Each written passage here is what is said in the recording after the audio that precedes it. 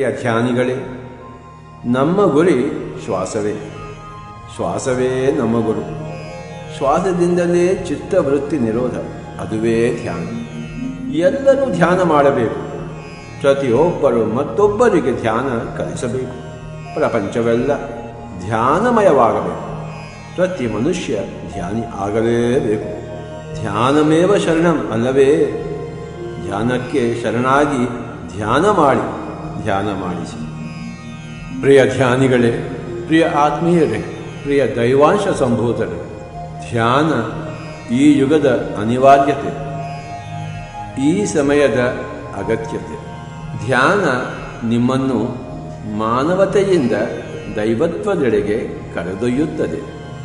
ಅಜ್ಞಾನದಿಂದ ಧ್ಯಾನದ ಕಡೆಗೆ, ಭಯದಿಂದ ನಿರ್ಭಯದೆಡೆಗೆ, ದುಃಖದಿಂದ ಆನಂದ ಸ್ಥಿತಿಯೆಡೆಗೆ ಪಯಣಿಸಲು ಮಾಡಬೇಕಾದ್ದು ಒಂದು ಧ್ಯಾನವೇ. ಧ್ಯಾನಾಭ್ಯಾಸದಿಂದ ಮನುಷ್ಯ ಪರಿಪೂರ್ಣನಾಗುತ್ತಾನೆ. ಬುದ್ಧಿ ವಿಕಾಸವಾಗಿ ಬುದ್ಧನಾಗುತ್ತಾನೆ. ಮನಸ್ಸಿನ ಸಮತೋಲನ ಹೊಂದಿ ಪ್ರಬಲನಾಗುತ್ತಾನೆ. ಶುದ್ಧಿಯಾದ ಬುದ್ಧಿಯಿಂದ ಜೀವನ ಸಾಫಲ್ಯತೆ ಹೊಂದುತ್ತಾನೆ.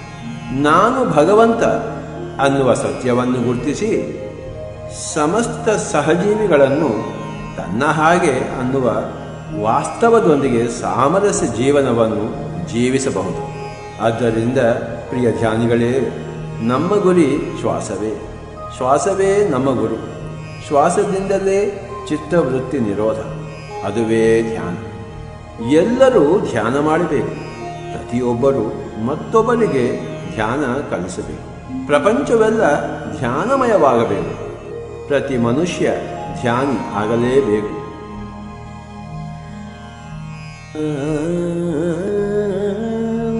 ಧ್ಯಾನ ಮಾಡಲೇಬೇಕು. ಧ್ಯಾನ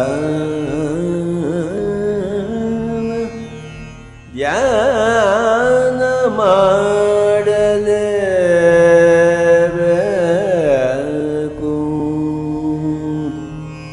ಧ್ಯಾನ ಮಾಡಲೇಬೇಕು.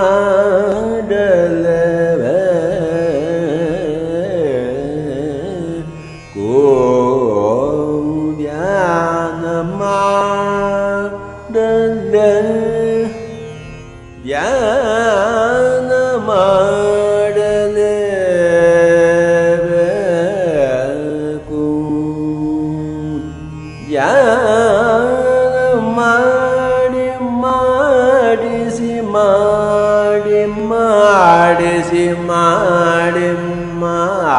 ಮಾಡಿಸಿ ಧ್ಯಾನ ಮಾಡಿಸಿ